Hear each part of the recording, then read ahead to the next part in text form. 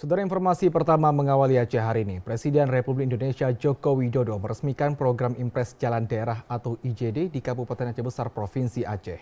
Program ini berawal dari Belang Bintang menuju Krung Raya sepanjang 9,5 km. Presiden Republik Indonesia Joko Widodo meresmikan proyek pelebaran Jalan Belang Bintang Krung Raya sepanjang 9,5 km di Kabupaten Aceh Besar, Provinsi Aceh, yang dibangun melalui program Impres Jalan Daerah atau IJD dengan menelan biaya sebanyak 44,3 miliar rupiah.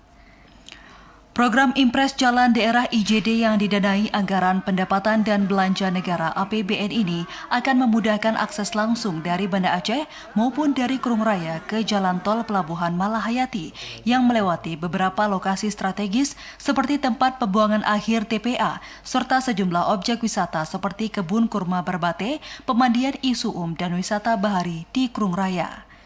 Presiden Republik Indonesia Joko Widodo mengatakan pembangunan jalan dan jembatan yang melalui Impres Jalan Daerah itu guna membangun konektivitas antar kabupaten dan kota.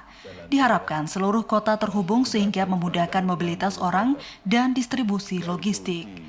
Selain itu, Jokowi menyebutkan di Aceh ada 24 ruas jalan daerah yang akan diresmikan sepanjang 196 km.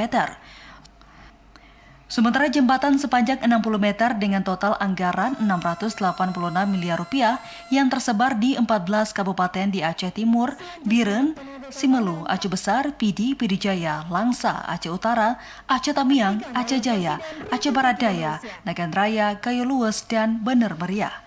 Di samping itu, pelebaran jalan tersebut membawa dampak positif bagi masyarakat, khususnya dalam memperlancar arus lalu lintas, baik menuju jalan tol maupun destinasi wisata. Tim Liputan TVRI melaporkan.